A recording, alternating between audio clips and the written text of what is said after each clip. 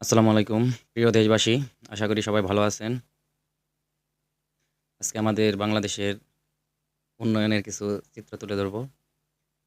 সেটা হলো, ইতিমধ্যে আপনারা জানেন যে কম্বল বিতরণ করার সময় আমাদের সম্মানিত উপদেষ্টা তিনি হেলিকপ্টার ভাড়া করে বিভিন্ন জায়গায় কম্বল বিতরণ করছেন।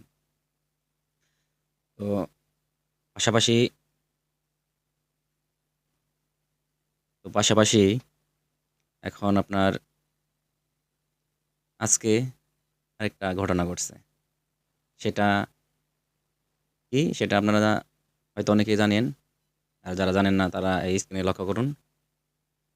সেটা হলো, খাল খনন করার জন্য ৩ উপদেষ্টা গেছে উদ্বোধন করার জন্য।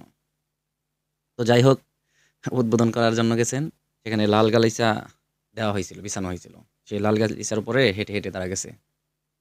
দেখছেন? এই দেশে মানে কত কতটা এগিয়ে গেছে। খাল খনন করার জন্য এরকম রেকর্ড আমি জানি না, হয়তো ঘটতেও পারে। কিন্তু আমার জানা নাই যে খাল খননের জন্য খালে গেছে, খাল পাড়ে গেছে উদ্বোধন করার জন্য, সেখানে লাল গালিচা দেওয়া হয়েছিল। তো আমাদের উপদেষ্টারা গেছিল ৩ জন। তো সেটা ভালোই করছে। আমাদের তো টাকার অভাব নাই। দেশে তো অর্থনৈতিক মন্দা চলতেছে না।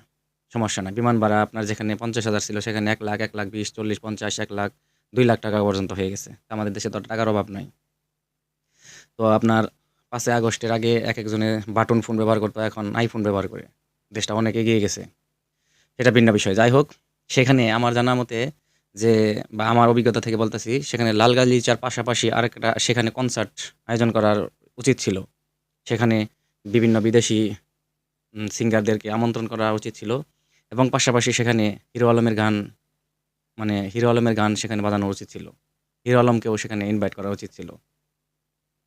তাহলে হয়তো এটা আরো প্রচার হইতো, আরো সেই উদ্বোধনের সার্থকতা বা দেশবাসী জানতো।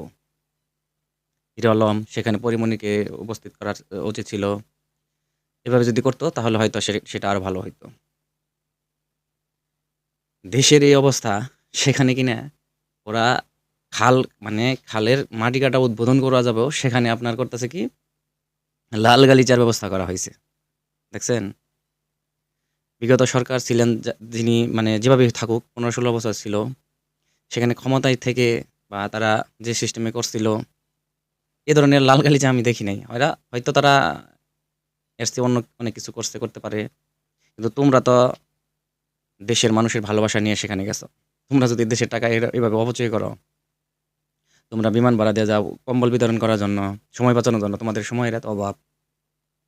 তোমরা প্রবাসীদের রেমিটেন্সে অর্থনৈতিক চাকাকে সচল করে তাদেরকে বিমান ভাড়া বাড়ায় দিছো।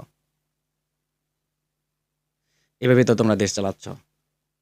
তোমরা দেশ সংস্কার বলি আওড়ায়া ক্ষমতায় টিকে থাকতে চাইতেছো। ক্ষমতার মজা তো তোমরা বুঝে গেছো। শেখ হাসিনা তো চাইছিল ক্ষমতায় থাকার জন্য, কারণ সে মজা পাইছে।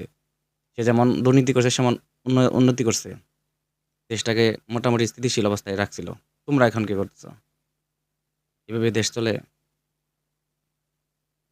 তোমরা আর কি দেখবো? কি দেখাবা তোমরা?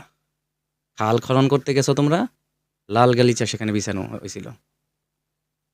কি পরিমাণ ভিআইপি লোক তোমরা এখন হয়ে গেছো।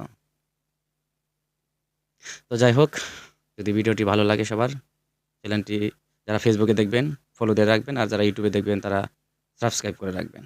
ধন্যবাদ সবাইকে। আল্লাহ হাফেজ।